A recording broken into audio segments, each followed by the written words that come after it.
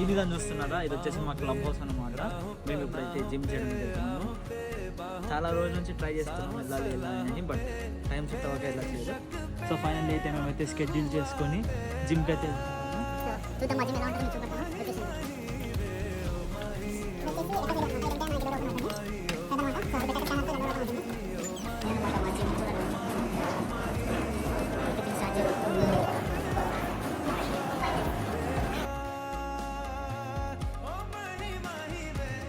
Gym చేసాము. ఇప్పుడు basketball ఆడదాం అయితే బాస్కెట్బాల్ కోర్ట్